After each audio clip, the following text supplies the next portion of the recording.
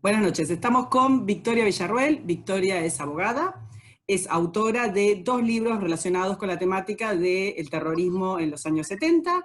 Uno es Lo llaman los jóvenes idealistas y el otro Los otros muertos, y es presidente de CELTIR. Victoria, hace poquitos días vos publicaste en tus redes un testimonio que estabas dando en un juicio de lesa y queríamos hacerte una serie de consultas. En principio, la principal, ¿qué es un juicio de lesa? Bueno, los juicios de lesa humanidad son juicios que se vienen llevando a cabo en la República Argentina desde el 2000 hasta el presente. Son juicios en los cuales el objetivo es juzgar, bueno, investigar, juzgar y condenar supuestas violaciones a los derechos humanos ocurridas durante la década del 70, principalmente durante el gobierno de facto del 76 al 83.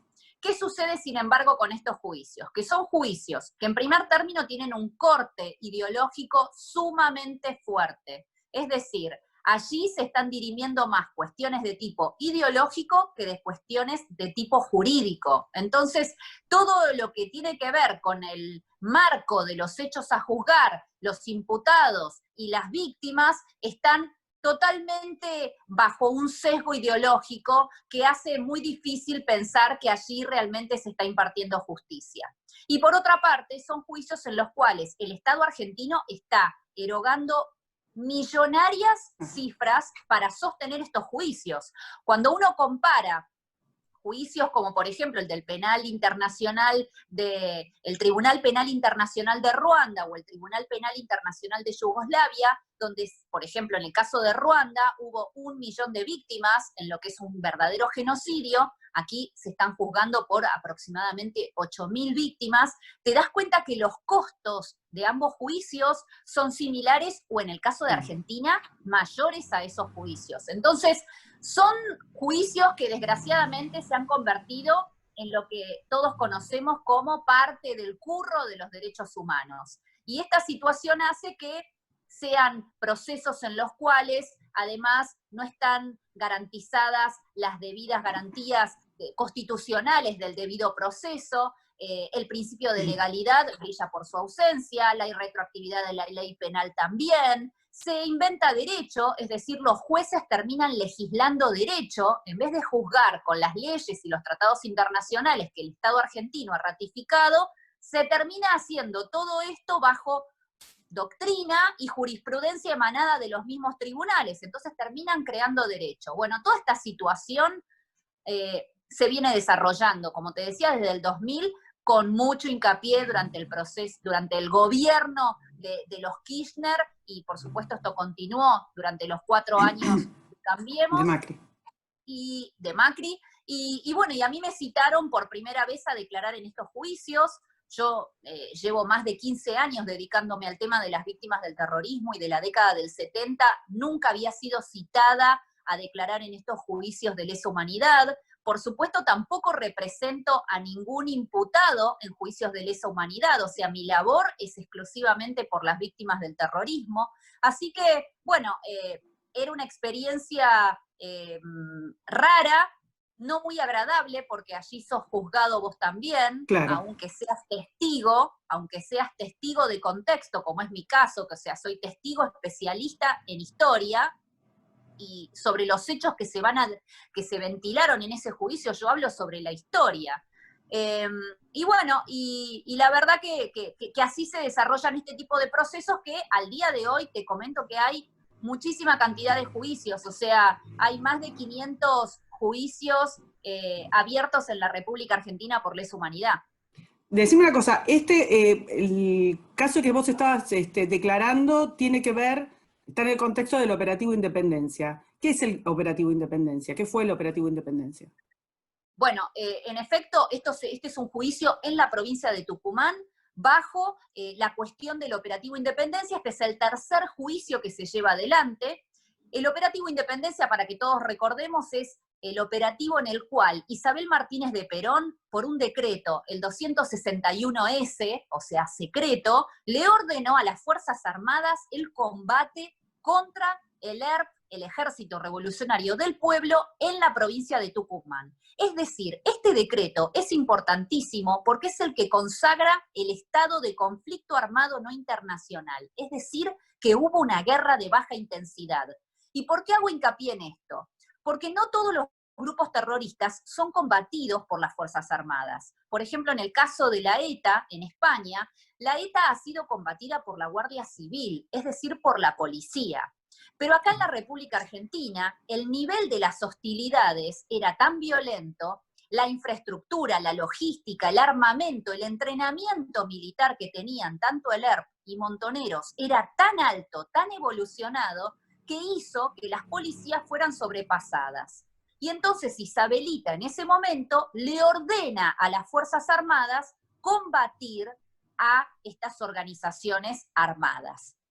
Ahora, ¿por qué es tan importante esto también? Porque es el momento en el cual tenemos combate convencional, es decir, tenemos combate ejército contra ejército. Esto no se dio en el resto del país, se dio en Tucumán. Allí tuvimos 2 ejércitos con uniforme, con armamento, con postas sanitarias, o sea, tuvimos con logística 2 ejércitos militar, tal cual, anteponiéndose en lo que era una guerra. Entonces ahora se están juzgando estos hechos que son todos bajo el amparo de un gobierno constitucional, con órdenes que emanaron de un gobierno constitucional y de funcionarios políticos civiles. Y algún funcionario político, o sea, los responsables primeros de la orden del Operativo Independencia, ¿están siendo juzgados? No, nunca se imputó a ningún funcionario civil en ninguna de las causas de Operativo Independencia, ni en ninguna causa en el país. O sea, todos los funcionarios civiles que han sido imputados hasta el presente han sido imputados por haber sido o jueces relacionados, según las querellas, con el gobierno de facto o algo por el estilo, pero funcionarios políticos que hayan dado las órdenes no hay ninguno imputado. Yo no tengo ninguna aversión ni ningún problema con Isabel Martínez de Perón, pero la realidad es que ella en el momento de los hechos era presidente, ella firmó el decreto 261 y sin embargo no ha respondido nunca por esa orden. O sea, responde el cabo Pirulo y no responde la principal persona responsable de las decisiones, que era la presidenta de la Nación. Claro, ¿firmó ella y quién más firmó el decreto? Bueno, firmó ella, también está Rucauf, o sea, hubo varios decretos. Este fue el primero que crea el Operativo Independencia. Después el conflicto armado se extendió a todo el país, pero estaba Rucauf, bueno, algunos han fallecido, por supuesto, en su momento Cafiero. Nadie respondió por absolutamente nada. O sea, acá a vos te sale gratis ser funcionario político en este país. Mientras vos tengas un uniformado cerca, el que va a responder es el uniformado. Vos no vas a responder en tu vida. Decime el contexto en el que se ordena el Operativo Independencia. Mira, el contexto es que el ERP estaba llevando adelante operaciones de tipo militar en la provincia de Tucumán, de una envergadura tal que llegaron a controlar parte del territorio de Tucumán y llegaron a solicitar el reconocimiento como territorio liberado de esa porción de Tucumán frente a las Naciones Unidas. O sea, era una situación gravísima, porque pensaron o intentaron instaurar un Estado dentro del Estado argentino. Esta situación, Isabel en ese momento, Isabel Martínez de Perón, la vio venir y entonces es que ordena a las Fuerzas Armadas combatir a esta gente.